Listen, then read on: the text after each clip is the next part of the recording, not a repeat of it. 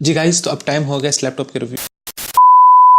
अस्सलाम वालेकुम रहमतुल्लाहि व बरकातुहू। क्या हाल चाल है सब दोस्तों को? उम्मीद है सब ठीक होंगे, खैर खैरियत से होंगे।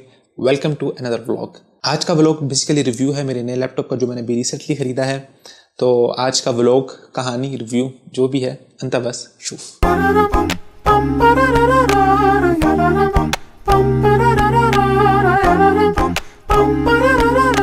साहब भैया आज कहाँ पर जा रहे हो? यार बहुत बड़ा सरप्राइज है, इसके लिए जा रहा हूँ। सुना कि वेद भाई लैपटॉप ले रहे हैं। वेद भाई लैपटॉप ले रहे हैं? हाँ। यार रियली? यार मुझे नहीं बताया वेद भाई ने। यार ये तो सरप्राइज था ना।